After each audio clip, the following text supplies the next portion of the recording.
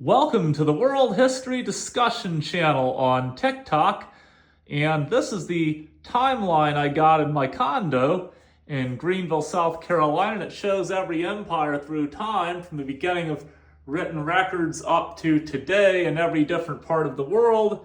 And look how young the United States is compared to so many other countries. Also, people say that China has the longest continuous history in the world, and you can kind of see that because we'll be talking about the Shang Dynasty pretty early, 220 BCE, and China's still around today, over 4,000 years of continuous history. And yes, we'll have Egypt and Sumeria and all that. That's even older than China, but notice that those don't continue, that the lines get broken.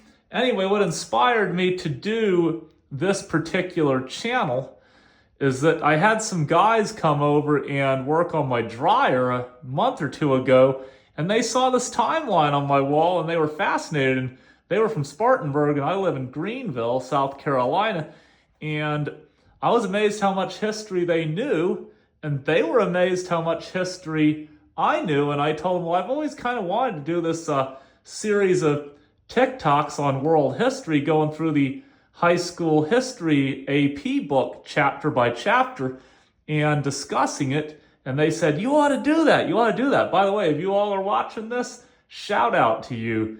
You two inspired me to do this. But anyway, I was going to say that I have other props for this, maps and a flat map of the world. And now I'm thinking I need to get a globe as well. I just put this addition to my condo. And the reason I want a globe is because when we talk about the Pacific Islanders going out here, then I have to jump way over here, and on a globe I can show that a little bit better. But it's flat map of the world. Also, flat maps have their typical problems, like look how huge Greenland is. No wonder Donald Trump wants to take it over. Now I'm being silly, so it's not that big.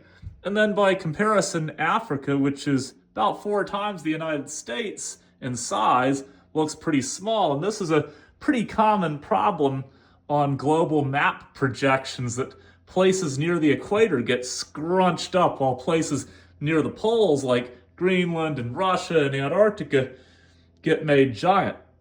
Russia is the largest country in the world land area wise, bigger than Canada, the United States, or China. But even so, it looks huge on the map because so much of it is way up north. But that brings up something else that's going to be cool about this channel, and this is why it's a little bit of a risk and I'm a little bit nervous about it. Those are just cool topographic maps, the world and the United States. And I do have another United States map in the other room that you probably remember from last year if you were following my TikToks, because it was me biking across the country, and yes, I left the push pins in it. But yeah, as you can see, I'm a map nerd, and so yeah. Anyways, I'll probably do United States history as well, so this will be a cool little reference if you just ignore the push pins. But I'm leaving the push pins in as a souvenir. So just going to let you know what my sources are going to be. World history, it's going to be traditions and encounters. And I absolutely love this textbook. It's for high school AP World History. I love it so much. This is the 7th edition and the current edition, but I have the 6th edition as well. This is the 7th edition, not loose leaf. But one of my pet peeves is that if you look at it, this one starts with says chapter 1, but that's the same as chapter 13 in here. So I don't know if anybody's aware of this, but high school AP World History used to run from beginnings to present. And so that's what edition 6 and this version, loose leaf of edition 7, reflect. It would start with prehistory, and then you'd go through Sumerian and Mesopotamian empires, and then ancient Egypt, the River Valley civilization, then Greece and Rome and India and China, Persia, the classical civilizations, and on and on. But then, for some reason, the education department in the United States, believe it happened in the first Trump term. You're going to hear a lot of Trump bashing on here, and I am going to try not to step on anybody's toes. You're free to believe what you like politically and religiously. So we're going to talk a lot of politics and religion, which is super controversial and you're free to disagree with me, and I'm not going to get upset. You don't get upset. It's a free country. We can say what we like. Personally, I'm not a big fan of Donald Trump. I'm not going to go there right now, but we're going to make some jokes about him, but we're going to try to be historical and not just political. Probably the biggest thing you'll hear with me is dates and times and geography. I freaking love maps. I'm going to be way more into maps and geography and trade routes and all that than I am into politics and religion. But yes, I'm going to talk about politics and religion, the forbidden topics. And anyway, I just want to say that what you may have heard about world history that has changed is that it no longer starts at the beginning. If you take AP high school world history, it starts in 1200 when the Mongolians take over most of the Eastern Hemisphere, most of Central Asia, all the way from places like Iran to China. And hey, we'll get into all of that. We're going to have a lot of fun with maps. I'm also going to get on my computer, which I've turned off right now, in later chapters and use Google Maps and Google driving routes from country to country that were part of ancient empires to show you just how big those empires were. But the biggest thing is that I'm going to give you the textbook narrative, which a lot of people say is a lie. And I will let you in the comments say what you really think. For example, there's people that think aliens built the pyramids. Now, that's not what it's going to say in here. It's going to say slave labor. But you're free to think what you like. And I want to hear your discussions and comments on it. That's going to be super fun. And as you can see, I'm a big textbook nerd. I'm going to go off the 7th edition. I'll use this book for the first 12 chapters, and then I'll use this book's chapters 13 to 38, which it's going to call 1 to 26. But it's 13 to 38 if you start at the beginning rather than starting afterwards, starting with like the Mongols. Actually, chapter 13 is about the resurgence of China after the fall of the Han Dynasty and the rise of the Sui and the Tang in the 500s and 600s CE. But you know what else I got, just for the fun of it? The very first edition of Traditions and Encounters. This is the 1999-2000 edition. It's got 39 chapters. It's got a chapter on the Byzantine Empire entirely, a chapter on Russia entirely. And so, yeah, and I think it combines Mesopotamia and Egypt in the second chapter. This one's just for the fun of it, because one of the cool things about history is that it absolutely changes over time. And when you get to the last chapter in this, which is the current world, you're talking about the world of the 1980s and 1990s, end of the 20th century, and the last dates are in the 90s, because again, this would be printed for the 1999-2000 school year. For reference, I'm 38 years old, and I was in 6th grade in that school year when the new millennium dawned. This one is, I believe, the 2021 edition, and like I say, the hardback edition only covers from the 500s up, and students only study from the 1200s up, 1200 CE. But this starts around 3500 BCE. By the way, BCE is the same as BC, CE is the same as AD. It's just a new way of doing it. It doesn't mean I'm not Christian or anything. I already told you, hey, I do have a Bible here, Global Impact. That's pretty cool, because it tells you this. Not going to be part of the discussions, but it has all these notes in there about how different pieces of the Bible impacted different periods of history, and a complete guide to the Bible. Anyway, I think in addition to world history, which I'm definitely going to do, I'm probably going to do an American history discussion series, and I got the latest 18th edition of the American Pageant. You'll be happy to know it doesn't quite get to the 2024 election and the re-election of Donald Trump. It only covers the other election where a U.S. president won a second non-consecutive term, and that was 1892 in Grover, Cleveland. But anyway, it does get almost up to the 2024 election.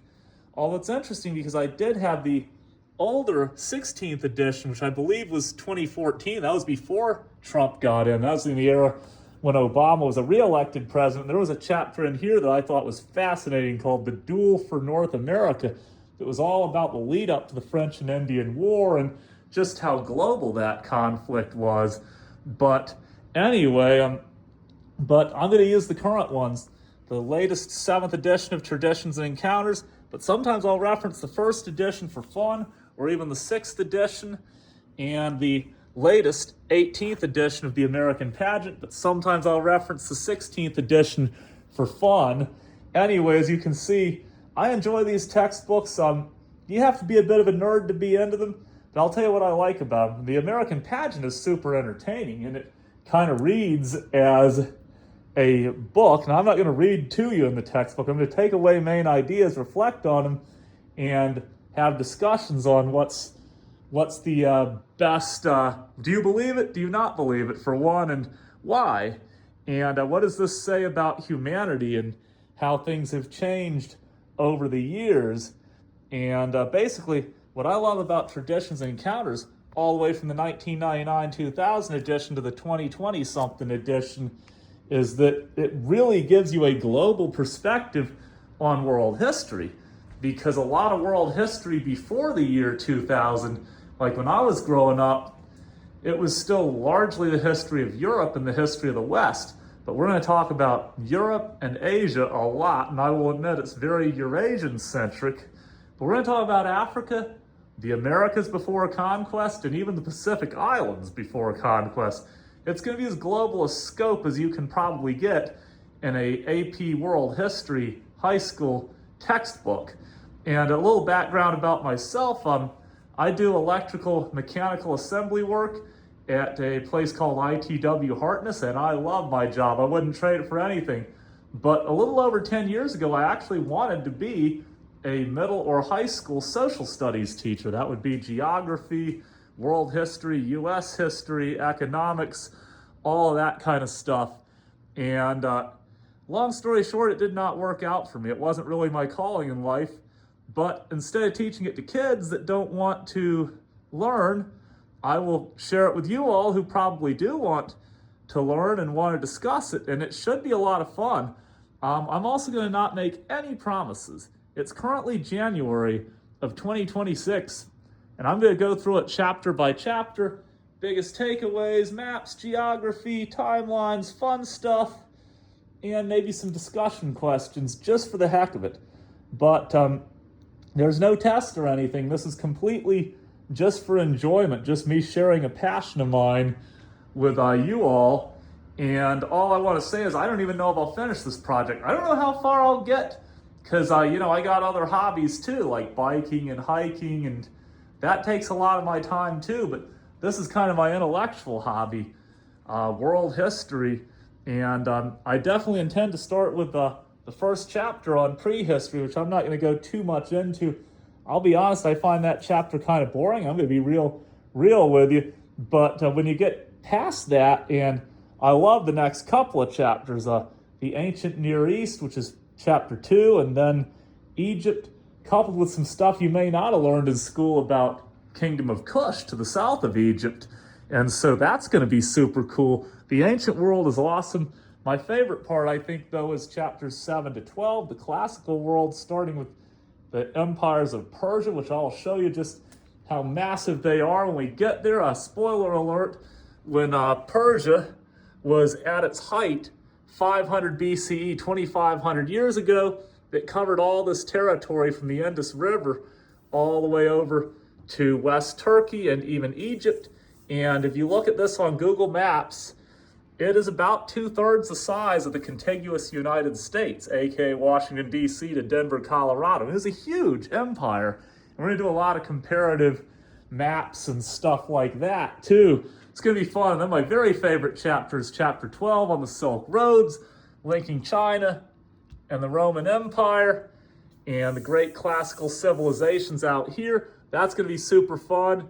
You're going to learn that there was also the maritime Silk Roads, and that the area near Hong Kong, Guangzhou, which there it is, it's on the map. Guangzhou is a big international city today, and it was 2,000 years ago as well, a major center of world trade. So that's going to be super fun. And again, all that early stuff, golly, they don't even teach kids, high school kids, that in AP World History now. It all starts 1,200 years ago, long after the ancient and classical period was over. And yeah, like I say, I'd like to do American history too, because there's so much there. And I think I'm weaker on that than I am on world history. I'm weaker on post 1500, the second half of world history. I love the ancient world and the early empires and all of that. So this discussion chapter by chapter might slow down as I get closer to the present, because I'll be reading stuff for the first time in over 10 years. So basically, I've read the first half of Traditions and Encounters a couple times in the past 10 years, and then other stuff, life got in the way, so I didn't get much past actually the part I'm really looking forward to, which is chapter 28 on like the American Revolution, the French Revolution, the revolutions in Latin America. And I've read the first couple chapters of the American pageant up through the American Revolution too, about colonial America. But once you get past that, which I think gets real interesting, you get to stuff that I haven't read or studied much since 2013, when I was a student in college getting a degree in world history, so I could be a U.S. and world history high school teacher, which of course never worked out. I loved the history part, didn't love the teaching part. That's a whole different story. But in any case, as you can see, this is going to be fun to see where it goes. In U.S. history, the part that I remember loving the most is the lead up to the Civil War after westward expansion, basically the 1840s and 50s. And then, of course, the 1960s and civil rights is cool, too. And in world history, I already told you the Silk Roads and the classical empires, but lots to look forward to. And so this is just my introduction. And as I said, I'm going to say some things that maybe I shouldn't say in here. There'll be politics, there'll be religion, there'll be Trump jokes. So everybody enjoy. This is just for the fun of it. In fact, I think I'll step on some toes in the very first chapter, prehistory, because we'll talk about evolution. We'll talk about human migration out of Africa. That's going to be fun. And that's going to offend a lot of people who take the Bible literally. And I'm going to say, well, I'm a Christian myself, and I don't see any reason why God couldn't be behind the scientific narrative. You know, like maybe the 7-day creation story did take place over millions and millions of years, and that God's a little more complicated than a lot of us humans think he is. But then you can tell me what the lies are in the history books, not just there, but when we get into actual history that isn't prehistory. But I think it's going to be a fun ride, and as you can see, I'm excited about it, and I'm looking forward to it, and we're going to have a fun journey together. And like I say, I don't know if I'll finish this journey. If I do finish it, I think it could take 3 to 4 years before we're up to present day. And a lot of history is being made right now. Like just last week, Trump invaded Venezuela and took Maduro out.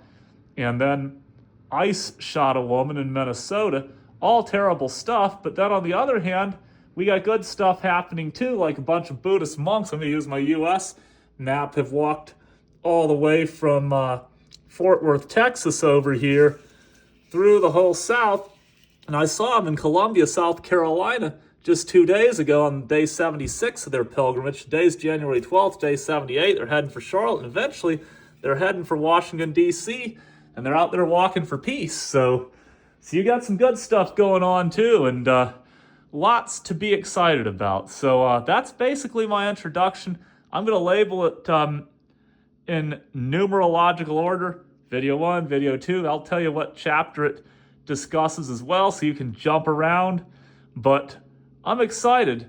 And this is me, George Pilzer. And I'm going to be having a lot of fun going through world history and hopefully U.S. history as well. And it's going to be an awesome journey. Woohoo!